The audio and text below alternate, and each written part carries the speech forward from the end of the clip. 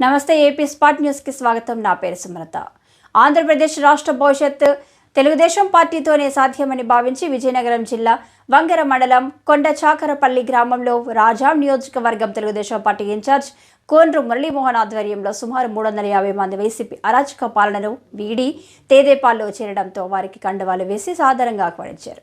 అనంతరం కోన్రు మాట్లాడుతూ గ్రామీణ ప్రాంతాలు పూర్తిగా కుంటిపడ్డాయని, అధికారంలోకి వస్తే జాబ్ క్యాలెండర్, సిపిఎస్ రద్దు, విద్యుత్ ఛార్జీలు పెంచాలని, మద్యాన్ని పూర్తిగా నిషేధిస్తానని సీఎం జగన్ చెప్పేదొకటి చేసేదొకటి ప్రజలకు పూర్తిగా ఇన్నాళ్లకు అర్థమైందని, సీఎం జగన్మోహన్ రెడ్డి అసమర్థత పాలనతో ఆంధ్ర ప్రజల్ని సర్వనాశనం చేశారని, తన చేతగానితనాన్ని కప్పిపుచ్చుకోవడానికి మన అధినేత చంద్రబాబుపై అక్రమ కేసులకు తెరలేపారని, రాష్ట్రంలో అన్యాయాలు, అక్రమాలు, దోపిడీలు విపరీతంగా పెరిగాయని తీవ్ర స్థాయిలో మండిపడ్డారు.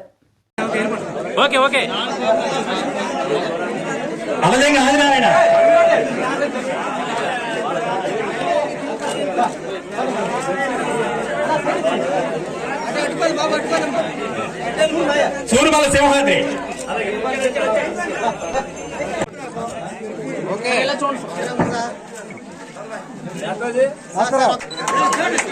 అలాగే మన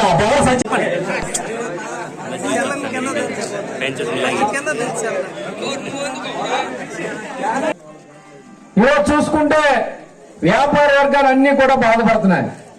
అలాగే గ్రామాల్లో కనీసం చిన్న చిన్న రోడ్లు వేసుకున్న కాంట్రాక్టులు కూడా ఈరోజు బాధపడే పరిస్థితి.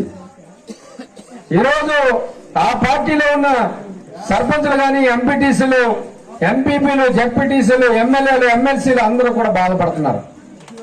జగన్మోహన్ రెడ్డికి ప్రజాస్వామ్యం మీద గౌరవం లేదు, రాజ్యాంగం మీద గౌరవం లేదు, ప్రజాస్వామ్యం మీద గౌరవం లేదు. కాబట్టి ఈరోజు ఆయన ఎంతమందికి మంత్రివర్గంలో చోటు ఇచ్చినా, బీసీలకి, ఎస్సీలకి, ఎస్టీలకి ఎక్కువ పదవులు ఇచ్చినా, పదవి ఇచ్చారే కానీ దాని అధికారం ఇవ్వాల.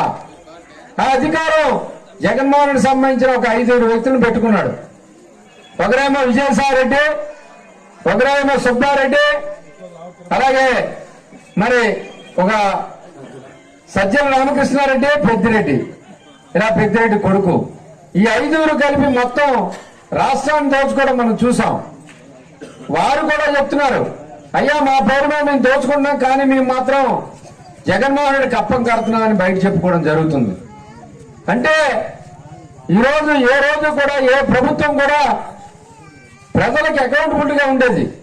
కానీ మన విశాఖపట్నంలో 40,000 కోట్ల రూపాయలు భూములు తప్పడం జరిగింది.